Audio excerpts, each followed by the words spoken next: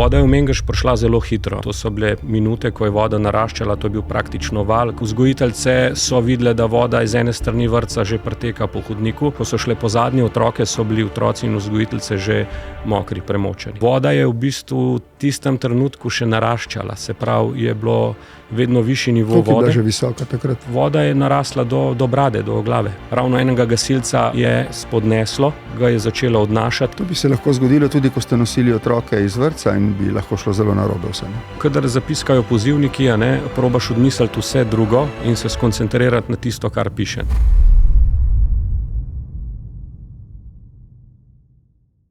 Lepo pozdravljeni v Mastercard podcastu Navdiha. Moj današnji gost je Sandi Zajc. 4. avgusta letos so Slovenijo zajele še nikoli videne poplave. V vodi se je znašla tudi njegova hiša. Toda medtem, ko jo je poplavljalo, je Sandi Zajc pomagal drugim. Sandi Zajc je gasilec. Tistega dne je skupaj s tovariši iz prostovoljnega društva Mengeš reševal življenja. Zavedno bo slovenski in svetovni javnosti ostala v spominu fotografija Sandija Zajca, kako iz otroškega vrtca skozi deročo reko rešuje otroke.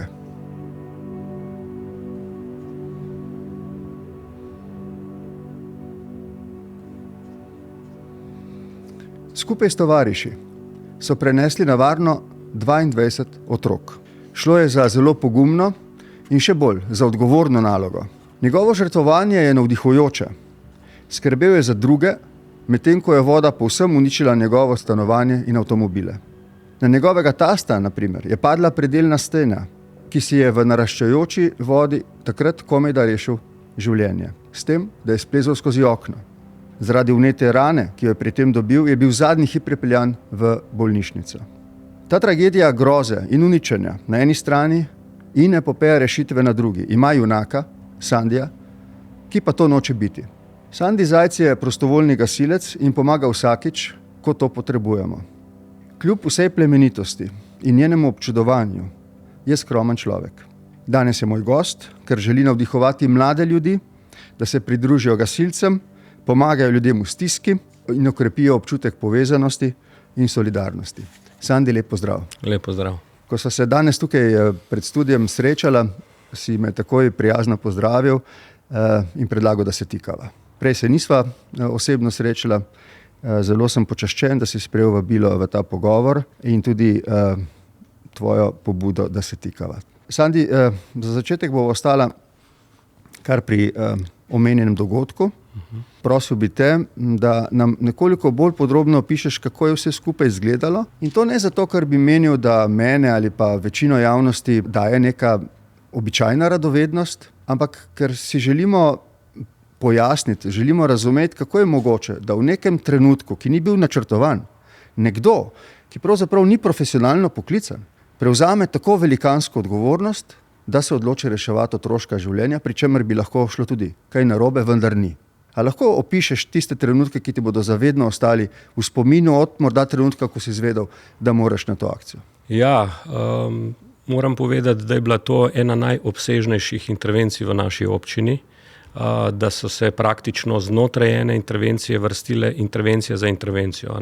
Namreč, ko smo mi šli na poziv pomoči potrebnim, ki so bili ujeti v stavbah ali kjerkoli druge v avtomobilih, ki jih je tudi odnašali, smo hkrati na poti tja ali pa na poti nazaj ali pa na mestu dobivali že nove pozive. Tako da smo na podlagi izkušenj probali razbrati, koliko je klic pomemben in se prioritetno potem znotraj tega tudi odzvati. Kdaj je prišla ta odločitev, da greste v Mengeški otroški vrtec? Odločitev je prišla takoj po pozivu. Namreč voda je v Mengeš prišla zelo hitro. To ni bilo nekaj ur, to so bile minute, ko je voda naraščala, to je bil praktično val, kot da bi rekel nek cunami, da je prišel, ki je nesel marsikaj s seboj. Tako da v tistem trenutku je bila hvala Bogu, manjša skupina mešanih otrok v vrtcu zaradi počitnic. Vzgojiteljice so videle, da voda iz ene strani vrtca že preteka po hodniku, so zelo prisebno odreagirale, so otroke znosile v zgornje nadstropje, ki ga ta vrtec, hvala Bogu, ima. In ko so šle dol po zadnje otroke, to so bili namreč otroci od 1 do 6 let, mešane skupine, ko so šle po zadnje otroke, so bili otroci in vzgojiteljice že mokri, premočeni. Tako da so v zadnjem hipu v bistvu uspeli rešiti vse te otroke. V tistem trenutku smo mi potem tudi dobili poziv, da so ujeti noter, ker one so odklopile elektriko, so poklicali na številko 112, to je številka za klic v sili. Takoj sta bila tja napotena 2 gasilca, ki sta bila v tistem trenutku na voljo. Voda je v bistvu v tistem trenutku še naraščala, se pravi, je bilo vedno višji nivo vode. Koliko je bila že visoka takrat? Voda je narasla do brade, do glave. To je bil zelo močen tok. Naj povem, da ko se je voda umirjala, ko sem stopil, sem hotel čez križišče jet peš, je bila voda do kolen, se nisem upal, ker je bil tok močen tok, da ko si dvignil nogo, da ti jo je kar premaknila, hkrati je bila lahko kakšna luknja od kanala, ker je dvigoval pokrove od jaškov in jih je prenašal nekaj 10 metrov naprej. Tok je bil močen pritisk vode pod talnice, kanalizacije. V glavnem v tistem trenutku sta se 2 gasilca odpravila v vrtec, napela sta varovalno ograjo z vrvjo od ene strani do druge. Ko sta prišla do vrtca, kot sem rekel, voda je bila že zelo visoka, se pravi do brade, do ust, je ravno enega gasilca spodneslo, ga je začelo odnašati in se je hvala Bogu ujel na ograjo od vrtca in se je po sami ograji od vrtčevskih sob, ki so zunaj v atrijih, pol nekako, ki jo je začutil pod vodo, probil nazaj spraviti. To bi se lahko zgodilo tudi, ko ste nosili otroke iz vrtca in bi lahko šlo zelo narobe vse, ne? Tudi, vendar sta ona dva precelna, da so otroci v tistem trenutku relativno na varnem, ni se vedela, se bo nivo vode še dvigoval ali ne, tako da sta počakala z njimi. Sporočila sta potem v naš gasilski dom, da je nivo vode previsok, da še narašča in da odsvetujeta, da bi se kdorkoli še podal na to pot proti vrtcu. Zato sta ona dva v tistem trenutku počakala več kot 2 uri z vzgojiteljicami, z otroki, da sta jih mirila in ko smo bili obveščeni, da se nivo vode toliko spustil, da se lahko približamo vrtcu, smo se odločili za nek ogromen traktor s traktorsko prikolico zelo visoko, da nas je ta lokalni kmet potem pripeljal do vsaj kolikor toliko blizu vrtca in smo se mi potem po tisti ograji varovalni po vrvi odločali priti do vrtca, ker hkrati smo vedeli, da moramo otroke čim prej ven spraviti, ker so bili prestrašeni, ker so jokali in tako naprej. Ko si ti prišel v vrtec, so bili otroci vznemirjeni. Kako bi opisal njihovo razpoloženje?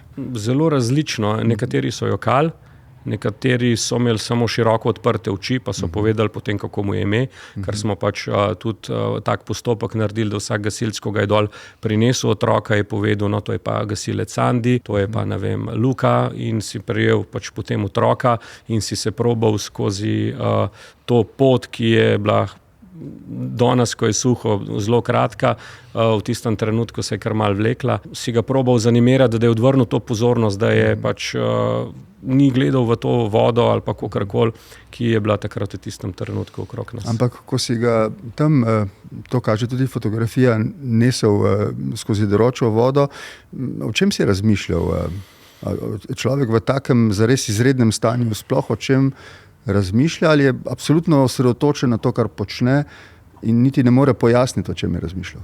Ja, zdaj tako, kadar zapiskajo pozivniki, probaš odmisliti vse drugo in se skoncentrirati na tisto, kar piše. Ker recimo na pozivnikih mi dobimo zelo kratek test, kamorkoli gremo. Piše samo prometna nesreča 2 vozili.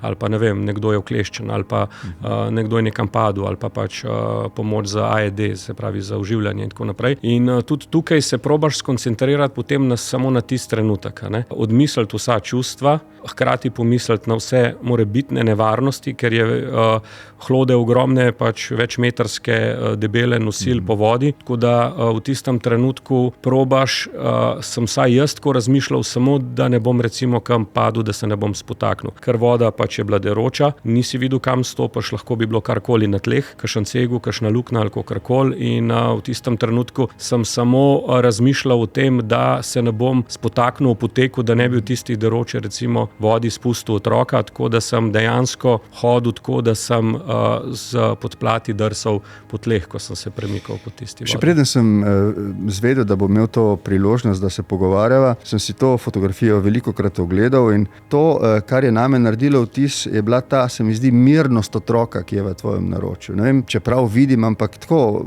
vse deluje deroče, nevarno, otrok se pa nekako varno počuti. Si imel občutek, da ti zaupa in da je vse v redu in da se bo vse v redu končalo? Ja, kot sem rekel, zdaj prvi del Tega, da so otroke pomirili, so naredile vzgojiteljice, pa ta 2 gasilca, ki sta bila z njimi ves čas, dokler nismo prišli mi, ostala ekipa, ostalih gasilcev. Namreč moram povedati pa poudariti, da nisem bil edini, ki sem nosil te otroke, da tisti, ki smo bili v tistem trenutku na voljo, smo prišli tja, če ne bi bil kdo drug.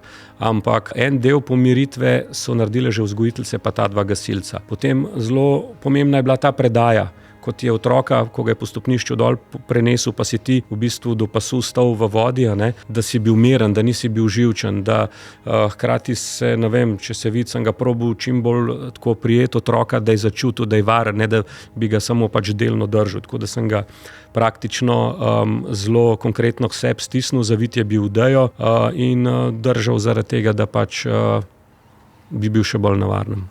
Koliko časa je trajala vsa ta akcija, da ste rešili vseh 22 otrok? Približno? Težko rečem, ampak se pravi, v sklopu tistega, ko sta šla 2 gasilca gor, je trajalo plus 2 uri, 2 do 3 ure, potem pa dokler smo se mi prebili, pa smo načrt naredili, kako bomo šli, kdo bo šel in tako naprej, ne vem, nekje slabe pol ure recimo. Si mislim, da potem, ko je akcija srečno zaključena, da mora človek potem, ko reši življenja, ne samo premoženje, čutiti neko olajšanje, celo zadoščenje. So taki občutki ali že hitiš z mislimi naprej? Dejansko si zadovoljen, sploh ko vidiš, da so vsi otroci bili prenešeni gor. Hkrati potem, ko sem videl, da so vsi otroci na prikolici traktorski, da so bili zaviti v odeje, dež je padal, vedeli smo, da neki drugi lokaciji določeni starši že čakajo, ne vsi, ker so bili po službah, nekateri mogoče niti niso vedeli, tako da je neko olajšanje, ampak hkrati se ne smeš v tistem trenutku popolnoma prepustiti, ker so vmes prihajali že drugi klici. Namreč mi imamo tudi neko aplikacijo, imamo pozivnike in to je stalno ko smo mi otroke nosili, je že nekaj piskali. In hkrati, ko si vedel, da boš neko nalogo, en del neke naloge zaključil, si mogel biti že v mislih, kam odhajaš naprej, pa kaj boš tam videl, pa kako boš tam rešil. Koliko časa si bil v tej avgustovski ujmi na terenu kot gasilec? Približno. Par dni, se pravi, najprej naj to povem, da zdaj je že dober mesec mimo. Meni se zdi to kot nek slab teden, ker ne vem, kam je ta čas šel, tako da sem hkrati tudi malo izgubil občutek, ampak se pravi, petek se je začel, sobota, nedelja, ponedeljek, torek, pa se je pa začel počasi umirjati, tako da smo bili sta hudega. Tako da pomagali smo črpati vodo drugje, nekje še zalivali marsikaj, tako da. Zdaj tisto, kar upravičeno javnost posebej občuduje, je to, da ne verjetno samo ti, še marsikateri drugi gasilec gre in pomaga drugim, pri čemer se mu zdi, da to pri njemu doma lahko počaka. Kako je s temi prioritetami? Zdaj to odločitev sem mogel sprejeti. Vedel sem v tistem trenutku, da so domači na varnem, da so se umaknili v zgornje nadstropje. Zanimalo me je, kako je doma, a bi lahko karkoli preprečil. Zato me je po eni strani vleklo tja, ampak sem vedel, da taka moč, taka sila vode, da nimaš kaj narediti, zato sem se odločil, da se odzovem na vse te pozive, ki so takrat prihajali noter, ker seveda človeško življenje je prioriteta. Vsi gasilci, ki smo se takrat odzvali na to intervencijo, smo naredili vse, kar je v naši moči, da ni bilo, žrtev ali pa večjih poškodb v tistem obdobju. Tvoja družina je seveda ponosna, da si gasilec, vesela, da pomagaš, ampak v tistem hipu, ko so bili tudi sami ogroženi, so to sprejeli z razumevanjem, enako kot vedno. Tako. Ja. Akcija, potem vaša intervencija trajala, si rekel, še nekaj dni. Verjetno se nakopičijo neki čustveni dogodki, ki te do neke mere stresejo. Mi govorimo danes o psihosocialni pomoči za žrtve in tako naprej. Gasilci ste bili deležni kakšnega nasveta, kakšne tolažbe ali ne vem, kaj bi bilo v tem primeru primerno za vas? Ali nekako ti zdaj skozi svoje izkušnje že znaš to nekako racionalizirati vse skupaj? Ja, res je, tako kot si rekel, gasilci se stalno srečujemo s stresnimi situacijami. Najbolj stresne so, ko so na intervencijo vpleteni otroci ali pa ko je nekdo bližnji, se pravi, ali sorodnik ali pa znanec, ki ga tudi tako poznaš. Je majčkeno drugače, kot če človeka ne poznaš. V vsakem primeru odreagiraš pač po svojih močeh, kolikor smo usposobljeni, kolikor smo naučeni, ker prvo pravilo je, da poskrbimo najprej za lastno varnost, šele potem pristopimo. Zdaj, če so tukaj zraven vpletena čustva, lahko včasih kakšen postopek v tej intervenciji spustiš nehote, ker te čustva lahko zavedajo, tako da tukaj čustva odpadajo. Ja, je pa res, da se potem po zaključenih intervencijah intervencijah začneš soočati s tem, ki pride za tabo, ko adrenalin popusti. Tako da jaz moram reči, da sem tudi sam zaupnik pri gasilcih, sem imel pač neko dolgotrajno usposabljanje, pa prej izbor, pa psihološke teste, tako da smo se dejansko naučili voditi vsaj določeni te razbremenilne pogovore med kolegi, med gasilci, ko se vrnemo z intervencije, in hkrati sem tudi sam zase potem se naučil, kako je to, ker to na nek način moraš vendati. Pogovor je tukaj prvo in najpomembnejše orodje, verjetno. To je dejstvo. Najslabše je jed, se pravi, da gremo po intervenciji, vsak na svojo stran, in potem se zapreš, doma niti ne razumejo, kaj si videl na intervenciji, tako da v bistvu velikokrat rešimo že samim humorjem med sabo. Se pravi, ne gremo domov te gasilci, ki smo bili na intervenciji, ampak probamo se pošaliti, zato da se že v tej prvi fazi mečkano razbremenimo drug drugega. Ko sem prišel nazaj domov tistega dne, ko sem šel pomagati v Struge, sem povedal, da sem delal z bovškimi gasilci. In so me vprašali, kako je bilo, in vsi vemo, da so bile Struge res žrtev silovitih ujem in da jih verjetno take, kot so bile, sploh ne bo več. In sem povedal, da je prevladal cel dan črn humor. In tudi, ko sem fante vprašal, ali je to hecanje običajno, so rekli, da je nujno. Da samo na ta način lahko potem, zdaj se bova začela obajokati, samo na ta način lahko premagaš neke čustvene situacije, ki jih normalen človek pravzaprav niti ne bi smel doživeti. To je tista prva faza in hkrati zanimivo, zelo močna, ker dejansko res črn humor pri tem pomaga. Ne vem sicer na kakšen način, ampak pomaga. Tako da dejansko tudi mi, ne zdaj na račun nekoga, ki je poškodovan, ampak... Ja, v bistvu so se mi tam smejali in hecali z lastnikom, ki je doživel tragedijo. In on se je vživel v to in nekako skozi delo, moram reči, da je to neke vrste terapija, ki pomaga. Ja. Ker v bistvu on se je iz minute v minuto soočal z novimi razsežnostmi, katastrofe. Ampak iz minute v minuto so mu tudi gasilci pomagali. In sprva je bil obupan, potem pa se mu je zdelo, da sej bo. In na ta način s črnim humorjem in s tem, da se dejansko pred njegovimi očmi vendarle razvija neka pomoč in da se vidi izboljšava, nekako vse skupaj deluje in se vrne nek optimizem. Jaz še nisem bil nikoli prej na gasilski intervenciji. En dan sem sicer delal pred leti, tako kot vajenec, en dan v gasilski brigadi v Sežani, ampak prvič sem bil tako udeležen v pomoči in potem še 5-krat, 6-krat. In sem prvič doživel vaše delo, kako zares terapevtsko tudi deluje. Ne samo, da pomagate rešiti premoženje, ampak tudi kako pomagate ljudem s svojim načinom, na nek način obešenjaškega humorja. Ja. Se ti je kdaj zgodilo, da vendarle si doživel nekaj, kar nisi mogel takoj nekako premisliti, da te je obremenjevalo še nekaj časa? Vse ostalo v tebi, ampak je bilo kdaj tako? Moram reči, da včasih te pretrese kakšna stvar mečkam bolj, včasih malo manj, ampak moram reči, da nekih posebnih težav, hvala Bogu, zaradi teh stvari nisem imel. Je pa to, kot si rekel, sigurno pomaga humor, že na poti nazaj, ko se peljemo z intervencije, potem je, če je le možnost, še mečkam ustanemo v gasilnem domu, naredimo kot kakšno neko analizo intervencije, vedno kaj bi lahko še bilo boljše, kaj bi lahko naslednjič naredili, ker intervencije praktično, sej mi smo marsikaj naučeni z različnih področja, ampak na samem kraju je pa to improvizacija. Ti se lahko naučiš 101 scenarij, ampak ko boš prišel na intervencijo, bo 102 scenarij. Se pravi, nikoli se ne moreš vsega popolnoma naučiti. Smo pa sposobljeni na različnih področjih, se pravi, in glede elektrike, in glede nevarnih snovi, in glede prve pomoči.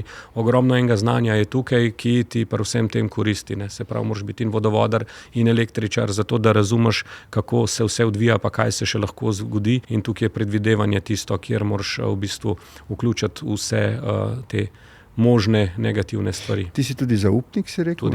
To je nekdo, ki pomaga tistim, ki se jih nek dogodek še zlasti dotakne. Prav razumem. Ja.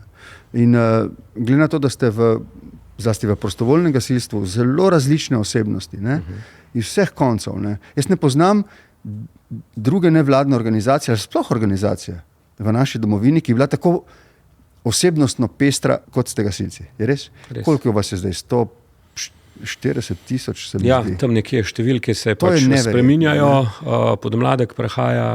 Ampak preden gremo na to, se pravi, zelo sta osebnostno različni. Kako se pa drugih gasilcev dotakne? To se mi zdi, da premalo govorimo o tem, da se tudi gasilcev ne dotaknejo te nesreče in da živijo potem z njimi naprej in potem že morajo iti na naslednjo intervencijo. Kako pa ti pol pomagaš recimo v pogovoru tem mladim fantom zlasti ali pa dekletom, ki pridejo in tudi pomagajo? komorkoli ali pa starejšim. Ne? Se pravi, prvi bom rekel, stik je tisto, ko opazuješ mogoče, kdo je bil na določeni intervenciji bolj izpostavljen nekim groznim stresnim situacijam, ne? In potem je v bistvu tudi nekako malo moja naloga, da spremljam, kdo se neobičajno obnaša, se mogoče omakne, gre na WC, ga ni malo dalj časa nazaj in tako naprej. Tako da to je to, ne silam nobenega, pač, ker to ni, se pa vedno pač ponudim za te razbremenilne pogovore in seveda so pač lahko me tudi kadarkoli pokličajo kasneje, mogoče ne v tistem trenutku, ker je mogoče še nekako vedno prisotno, jaz sem pa dost močen, jaz pa tega ne rabim, ampak to ne drži. Ne? To je stresno za vsakogar, kdorkoli to vidi, tako da vsakmu sem na voljo, kadarkoli, to se pač nikamor ne beleži, to so pač zaupni pogovori ena na ena, ki tako tudi ostanejo. S kolikimi leti si ti postal gasilec prostovoljni? Ja, z dobrimi 30 leti. No. To pa zato, ker sem prej bil v Ljubljani. Ja. Živel sem v Ljubljani za Bežigradom na Linhartovi cesti, tako da tam je bila blizu brigada, gasilska brigada Ljubljana, to so poklicni profesionalni gasilci, ki so vsak dan tam v službi. Tako da nekih okoliških prostovoljnih gasilskih društev ni bilo, mogel bi se ne vem kam voziti v svoji bližini. Tako da jaz sem velikrat, ko sem šel iz šole, smo se z določenimi sošolci ustavljali, tam smo opazovali, so nam razkazovali opremo, avto, lestve, cisterne, vozila, drugo opremo in tako naprej, tako da me je že takrat to zelo zanimalo.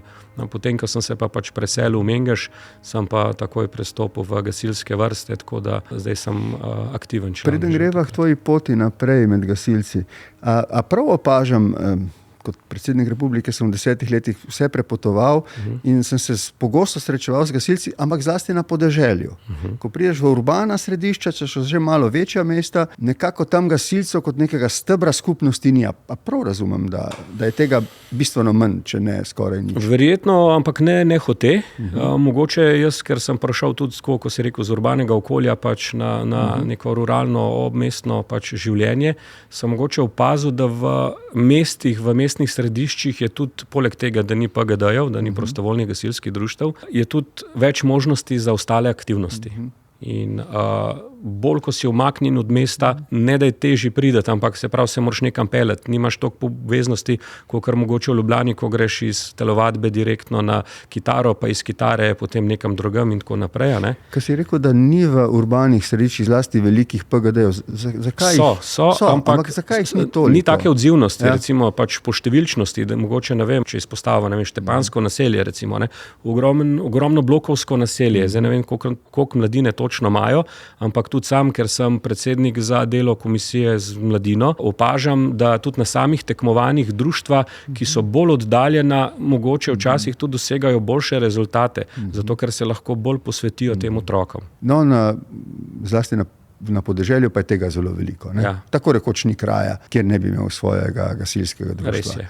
In kot oba veva, to je v bistvu en močan steber skupnosti. Ne? Kaj se ti zdi, da ljudi navede, da vseh starosti, obeh spol vstopajo med gasilce zelo zgodaj, da so temu zelo privrženi? Kako bi orisal to razpoloženje med Slovenci, ki je, mi smo svetovni rekorderji v tem, ne? Tako in drugače. Res je. Jaz vem, ker sem sprejemal tudi tuje delegacije, tudi v luči te olimpijade, ki je bila žal tik pred začetkom covida. Ne? Kako si znamo razložiti, da je več kot tako rekoč pol drugo stoletje, ne? To gasilsko tako živo v naši narodni skupnosti? Kako si ti razlagaš s tvojo izkušnjo? Zanimivo, zdaj tako je, res je, kot si rekel, to je svetovni fenomen, to je nek unikum na svetu, se pravi, koliko imamo mi na število prebivalcev, ki nas je pač 2 milijona, plus kakšno število prostovoljnih gasilcev imamo. Tako kot si rekel, vsaki vasi je praktično prostovoljno gasilsko društvo in to je neka zelo močna tradicija že odprej. Ne. Tako da veliko je v tem, da nekdo vstopi med gasilce, tudi tradicija je bil že njegov, tudi moj oče je bil gasilc, še preden smo se v Ljubljano preselili in tako naprej. Ne. Tako da nekaj je na tradiciji, mogoče je pa drugo to, da imamo to v krvi, da kadar pride do neke kritični situaciji, da vsem znamo stopiti skupaj in se zelo močno povezati. To se je pokazalo že med žledolomom, to se je pokazalo na Krasu, to se je pokazalo zdaj v teh poplavah. Tako da očitno imamo nekaj tazga, kar pač ostali narodi nimajo. To narodno zavest, čeprav je mogoče premalkrat v mirodobnih časih izpostavimo. No, ampak se mi zdi, da jo kar gojite, tudi kot narodno zavest. Jaz sem bil na številnih prireditvah, ki so častile recimo to narodno zavedno komponento gasilstva. Ne? Na koncu koncev vi ste bili med prvimi, ki ste uvedli slovenski jezik, ne? Recimo. In tako naprej. Ne? Bili ste vedno tam tudi, ko je bilo potrebno to slovensko nacionalno zavest krepiti, ne samo pri reševanju. Imate kulturne prireditve, celo vrsto stvari, ki skrbijo za to, da se mlad človek skozi socializacijo, skozi gasilstvo se zave tudi svoje nacionalne identitete. Ne? To se mi zdi zelo pomembno. Ti si torej s 30 leti prišel med gasilce, začel si kot gasilec in potem vidim, da imaš neke čine, ne? Počasi napreduješ ali kako je to? Ja, res je. Ko stopiš v gasilske vrste, se pravi, najprej se pri mladini delijo.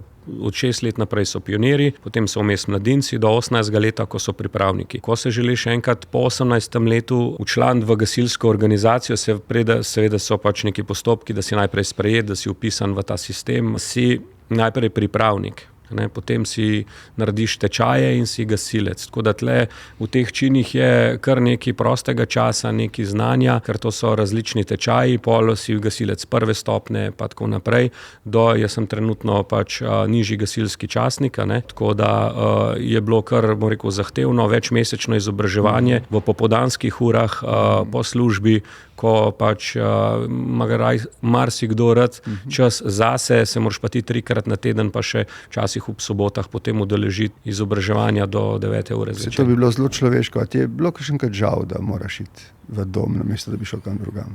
To bi bilo čisto človeško, pravimo. Ja, včasih je, ne. Sam zdaj odvisno, kaj je. Zdaj, če je pač nujno potrebno, včasih so tudi, ne vem, spomladi, ko celo zimsko sezono otroke pripravljamo na tekmovanje, pa se začnejo tekmovanja, pa je kakšna lepa sobota, pa bi šel kam drugam, ampak je treba bilo prijaviti ekipo na to tekmovanje otrok in jih peljati in biti praktično cel dan tam z njimi, ne. Do razglasitve in tako in pol, če je kakšna medalja, je še toliko boljš, pa gremo potem na pico. Ti se udeležuješ tekmovanj tudi? Tudi. Ja. Imaš kakšne dobre uspehe za sabo?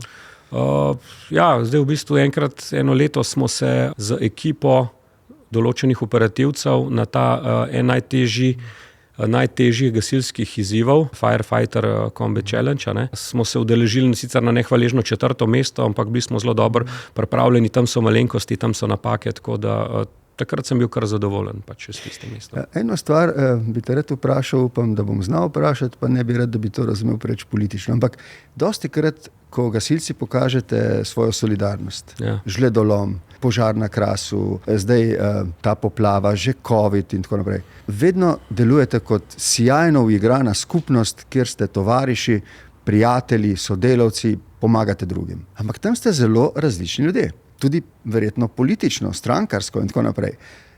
In vedno si mislim, ali res se morajo prebreči v gasilce, da tako sijajno sodelujejo. A ne mogoče nekaj tega tovarištva lahko bilo tudi izven uniforme. Kako ti gledaš na to? Tam, ko prijete, se enkrat preoblečete, to ste tovariši, ne? Ja, dejansko je tudi tako, kot si prej rekel, toliko tisoč ljudi in toliko različnih karakterjev. In to se pozna tudi v društvu pri nas, kjer imamo nekaj čez 100 članov, ne? In to dejansko so različni karakteri in vsak včasih malo po svoje vleče. In so tudi določena... In to si priznate, da ste različni? Ja, normalno. Sej pač tudi, če delaš v neki skupini, prideš v službo, je 30 ljudi, sigurno se ne boš z vsemi popolnoma razumel, ne. Tako da je nekaj na tebi, da si ti pač timski igralec, ne. Nekaj so potem različne karakterne specifike določenih posameznikov, kjer probamo pač vse to nekako v mejah normale se vedno zmeniti. Vedno je pa pač kakšna zadeva, kjer s kom ne prideš skupaj, ampak ko pač zapiska pozivnik, takrat smo pa uigrana ekipa, smo team playerji vsi in čeprav se vidi mogoče včasih, da gremo pa, da zgleda tako vse preprosto, ampak pri gasilcih se točno ve, kaj kdo kje počne. A ne? Zato so tu čini, zato so izkušnje. Se pravi, ko izvozi tovornjak, se točno ve, kaj dela šofer. Šofer je strojnik, ki nikoli ne zapušča vozila in on izdaja opremo in skrbi za to, da so ostali preskrbljeni z recimo vodo. Potem marsikdo bi se od spredaj desno rad velikrat usedel, ampak to je zelo odgovorna funkcija, tam je vodja te skupine, s katero greš ven. Se pravi, ti moraš pol tudi poskrbeti, ogled objekta narediti, se odločiti, kakšno strategijo boš naredil. V zadnji se potem naloge razdelijo in tako naprej. Tako da ja, smo zelo uigrana ekipa in to je pač tradicija že odprej in neka, bom rekel, današnja ta naša prednost, da smo tako uigrana ekipa, ker hodimo na gasilske šole, se pravi ali na IK ali v Sežano ali bodisi kamorkoli drugam in to je velik ur različnih izobraževanj za to, da... Se pravi, povezana ekipa, ki spoštuje hierarhijo, je tako. Pa dovoljeno tudi improviziranje, če je to v skupno dobro. Improviziranje v smislu, ker se ne moreš znajdeti, ker včasih nimaš orodja in včasih mogoče prav pride, da pa neko palco primaš ali pa kaj drugega in se na nek tak način drugače pa hierarhija, ker mi konec koncev spadamo pod Ministrstvo za obrambo Republike Slovenije, tako da prostovoljen pri gasilcih je samo vstop, pa izstop, ostalo vmes je pa red in disciplina, sploh kadar gre za intervencijo. Vedno sem na nek način občudoval to, s kakšno ljubeznijo oblečete uniformo. In tudi ti danes si izbral uniformo za se mi zdi, da sem tukaj pač ne kot, ko mi pravijo heroj, da sem predstavnik pač vseh gasilcev, vseh prostovoljcev, kakorkoli, ki so pač pomagali v teh poplavah, zato sem se tudi pač danes odločil, da pač to oblečem, da si hkrati v bistvu mogoče tudi kakšnega izmed mlajših pritegnem v to, da se udeleži gasilskih vaj in da postane potem tudi operativec. Če katero društvo ali pa delo v Sloveniji nima težav s prostovoljstvom mladih, so gasilci. Jaz kar vidim, da so kar mladi pridejo. To je zares navdihujoče. Kako znate pritegniti najmlajše, se tam so stari, vidim 5, 6, 7 let, pa so že v društvu, zlasti na podeželju, kot sva rekla, in se počutijo praktično gasilce. Tako so v uniformi že mladi. To je sjajno. To je dragoceno ne samo zaradi prostovoljnega gasilstva, ampak tudi se mi zdi zaradi te povezanosti naše narodne in državljanske skupnosti. To je zelo velika zapuščina naših prednikov, imamo že tako 154-letno tradicijo, tako da ne smemo tega kar tako zapustiti, pa da bi to ohlapno ratalo, ampak še nadgrajevati, pa še več ljudi privabiti, ker dejstvo je, da mogoče od 5 otrok, ki pri 6 letih začnejo hoditi gasilcem, v mladosti se srečuješ z vsemi drugimi aktivnostmi in mogoče ni to stvar, ki se jo bo držal, tako da ne ostane vsak gasilec, ampak mi to spodbujamo, so pa vrata vsakmu kadarkoli odprta, da se mogoče kasneje, ko v zrelih letih, če začuti to potrebo, da bi spet pomagal, pa bil gasilec, lahko kadarkoli vrne. Drugi so mi povedali, da si skromen, ko sva midva po telefonu govorila in se pripravila na to snemanje, sem videl, da si res tak. Ampak tudi zdaj si rekel, ne želiš biti junak, ampak a se ti ne zdi, da na koncu vseh koncev mi kot skupnost potrebujemo junake, kot nek zgled, kot nek vzor, kot nek navdih, zato da projeciramo svojo šibkost v to vašo moč in rečemo, tudi mi smo sposobni pomagati, mogoče drugače, v drugih okoliščinah, ampak vsi si lahko pomagamo na nek način. To se mi zdi, da tudi zato sem te povabil, da ljudje vidijo, da lahko en Sandi Zajc postane heroj zato, ker je pripravljen pomagati, in ker to zna, ker se je za to prostovoljno izobraževal. Kako gledaš na to herojstvo in običajnost? Jaz se pravim, še enkrat, nimam se za heroja. Heroji so tudi potem, če sem že jaz, so vsi ostali gasilci, ki mogoče so danes nekaj dobrega naredili, pa so neko človeško življenje rešili, pa mogoče niti niso, pa ne bojo pač izpostavljeni. Tako da jaz sem mogoče nek glas vseh teh ljudi, teh prostovoljcev, ki to delajo brezplačno, ki so na voljo 24 ur na dan, s svojim časom, zato da kadarkoli zapiska pozivnik, ko nekdo rabi pomoč, ko je ogroženo človeško življenje, da skočimo in gremo pomagati. Tako da bi hkrati pozval tudi vse ostale, ki niso gasilci, da v takih situacijah dajmo stopiti skupaj, si pomagati drug drugmu, ker le na ta način smo lahko močni in drug drugega spodbujamo in vsak je nek člen v tej verigi in vsak lahko nekaj doprinese, pa če bo samo neko malenkost naredil, je ostalim ne bo treba. Ko smo se danes tukaj srečali in se pripravili na to snemanje, sem se ustrašil, ker ti je zapiskal pozivnik. Potem sem zvedel, da ni šlo tako za zelo urgentno stvar, in si potem nekako ostal z nami. To se ti dogaja kolikokrat? A lahko poveva, zakaj je šlo? Ali... Lahko, seveda. To ni nobena skrivnost, ker to je pač tudi javno potem objavljeno na določenem portalu Spin, kjer si lahko vsak pogleda, katere intervencije trenutno so v teku po Sloveniji, kdaj je bil poziv in potem pač tudi nek zaključek, ki ostane gor 24 ur. Tako da lahko po kronološkem zaporedju pregleduješ zadnjih 24 ur pa po zemljevidu. Tako da pogovarjala sva se in v tistem je začel glasno piskati. Jaz sem hitro potegnil telefon ven, ker sem vedel, zakaj gre.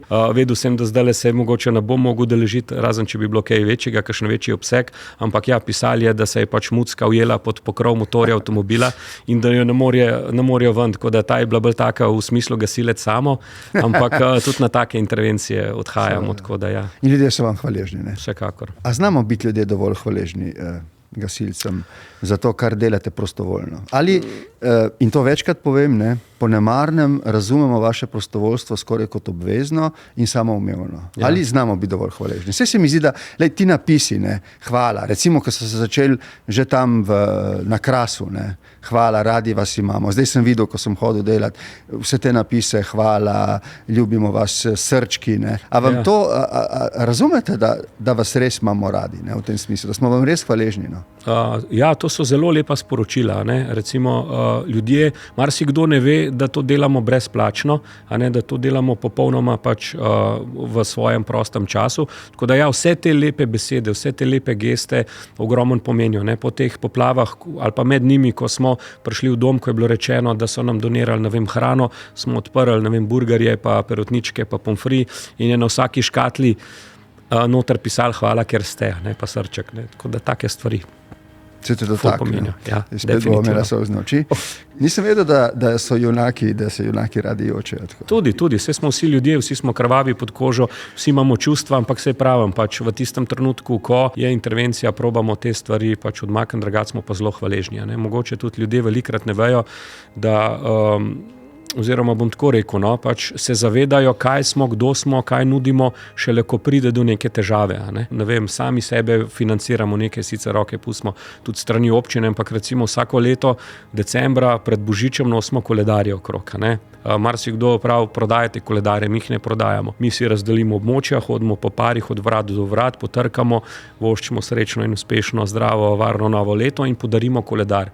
Zdaj pa, če so kakšni prostovoljni prispevki za to, je pa pač to dobrodošlo, ampak velikrat ne vejo, ne mislijo, da zbiramo, ne vem, sem že tudi slišal, izvoli 2,5 evra za kavo bone, pač se ne zbiramo zdaj mi za pijačo, ampak ta oprema je zelo draga in jo je treba nadgrevati, se poškoduje in tako naprej. Tako da, pač se morajo zavedati, da naša oprema to ni nek hobi program, ne, ampak da to so stvari, ki so vzdržne, ki morajo biti kvalitetne, da ti v tistem trenutku, ko jo rabiš, ne zataji. A si imel občutek, da mogoče pa ni bilo te hvaležnosti ali pa je bilo celo kaj drugega namesto tega, tako da je mogoče kdo misli, da ste tam zaradi njega in da morate biti in da če niste tako in po njegovem, da je kaj narobe in si je dovolj kaj reči, kar te je prizadelo, kar je bilo tudi zelo človeško, če se kdaj zgodi ali se ne. Včasih se zgodi prav izrecno kaj veliko, ni tega, ker ljudje se zavedajo, da nas v tistem trenutku potrebujejo. Ne?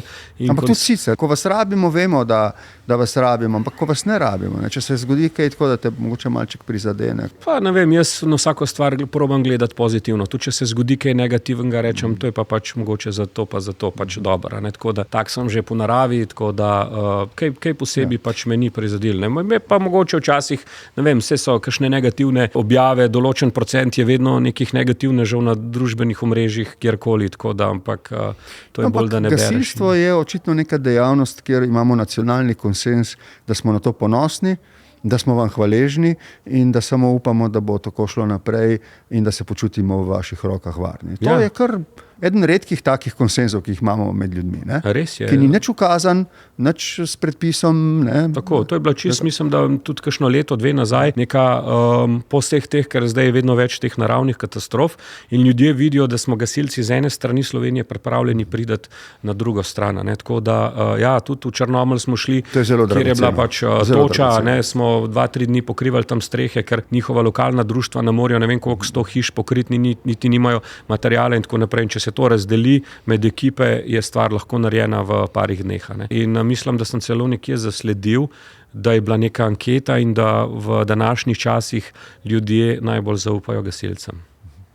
Tako da to je tudi v bistvu neka pohvala za nas, za vas ta trud. Nesebičnost. Sej, razlog je žalosten, ampak to, kar si omenil, se mi zdi zelo dragoceno in pomembno. Recimo, to sem opazil zlasti lani, pa že prej si omenil Črnomelj, res je, ampak lani na Krasu, ne, ko ste prehajali iz vseh koncev, so ljudje prav za tiste, ki so prehajali daleč, ne, posebej izobešali napise, da so jim hvaležni, da so prišli pomagati na Kras. Ne.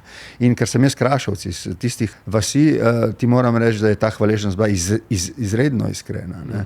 Ljudje so se jokali, ko sem se tam z njimi pogovarjal, kako je in tako naprej, o tem, kako ste se vi žrtvovali. Ne. Ja, dejansko, to so takrat taka čustva, ne, ki so sicer še tudi kasneje, ampak ja, to je tisto, kar te gane pač, ne, ko vidiš, da nekdo iz drugega konca države pride pomagati nekam in to popolnoma prostovoljno, da je mogoče še svoj dopust dal, da je prišel za vikend, ki bi bil lahko v tistem trenutku, ki je drugje na morju. To je bilo že drugič zdaj, ne? Lani poleti, julija, ne? V požaru in letos avgusta v poplavah so ljudje dejansko svoj dopust dali stran in so pomagali, zlasti gasilci. Ne? Pa ne samo oni, ampak tudi. To prostovoljstvo je bilo tukaj zelo pomembno, ampak zlasti gasilci. Pustili dopust, prišli z dopustom. Tako. To je pri nas že nekak tradicija, tako da smo navajeni, da tudi za izobraževanja tudi rabiš dajati svoje dni, svoj prosti čas, zato da pač v gasilstvu po činih nekaj dosežeš. Ne? Sem in tja ravno, ko sem prišel, mi je sodelavka pripovedovala neko zgodbico, ko je poskušal nekdo, ki ste mu pomagali, pač se finančno malček zahvaliti, pa je bilo to v osnovi zavrnjeno. Ne? Se pravi, striktno se dela prostovoljsko. Ne? Se ti zdi, da je kljub temu, ne? Zdaj ta odnos med državo in gasilstvom, da je urejen tako, kot mora biti, recimo tudi za zavarovanje vašega dela ali pa za nadomestila društvom, ne posameznikom. Ne? Se ti zdi, da je to kar v redu, čeprav v mojih pogovorih z vodstvom Gasilske zveze v letih je bilo dosti pripomb ali prošenj. Kako se ti zdi to urejeno? Ja, moram reči, da v zadnjem obdobju se je začel nekaj premikati, ne? Da imamo pač določen del neke dohodninske olajšave, če si toliko pa toliko let operativni gasilec, da se tega normalno ne zlorablja. Da delodajalec ima razumevanje. Tudi to, ne? Pač marsikdo to razume, marsikdo včasih tudi ne, zakaj moraš pa ti nekam jeti, ampak mogoče ni bil nikoli v taki koži, da bi on rabil pomoč, ker vidiš, da če samo en pride na pomoč, da mogoče v tistem trenutku ni dovolj, da jih rabi 5 prideta. Ne? Če bi se pa vsi vprašali, zakaj moram pa ravno jaz jeti, ne gre pa kdo drug, pa včasih mogoče niti nobenega ne bi bilo. Ne? Če samo za kratek hip na koncu pogledava, kdo je Sandi, ko ni v uniformi. Ne? Iz kakšnega testa si, da se potem odločiš, da si gasilec in to počneš? Kaj počneš sicer v življenju?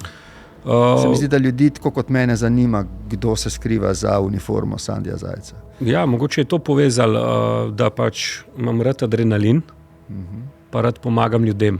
Mogoče je to obotrovalo te odločitvi, da tudi sam grem lahko, pač, ne vem, grem rad recimo v hribe, sploh po kakšnih plezalnih smereh ali pa s kolesom, pač iz Ljubljane na morje, pa take stvari, tako da to plus, da pač še kdorkoli rabi pomoč, da sem v bistvu hvaležen, da imam to empatijo, ki jo dejansko rabiš, da začutiš človeka v kakšni stiski, da rabi pomoč, pa je mogoče se ustaviš, če boš nekam zamudil, pa nekomu nekaj pomagaš nekje. Je ta pripravljenost, da pomagaš stvar vzgoje? So to starši tako vzgajali? Mogoče tudi, ampak mislim, da je mogoče bolj prirojeno, karakterno, ne? Zato, ker to sem že večkrat omenil, pa tudi drugi, da gasilec ne postaneš, gasilec se rodiš. Zdaj po moje, da to imaš nekako v sebi, pa to takrat še bolj izpostaviš ali pa enostavno nimaš. Ne? Sandi Zajce, sem zelo srečen, da si bil moj gost.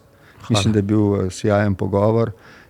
Sem in tja sva dobila solze v oči, zato ker nisem pričakoval, da junaki jočete, ampak mislim, da si zelo navdihujoče govoril o nekem poslanstvu, ki ga opravljate in upam, da je mogoče kakšnega mladega človeka, da je mlademu človeku dalo misliti, ali ne bi tudi on na ta način pomagal naši narodni in državljanski skupnosti. Sem ti hvaležen za vse, kar počneš in ti želim v življenju vse samo najboljše. Hvala, Borut. Srečno. Enako. Hvala lepa, se vidimo naslednjič.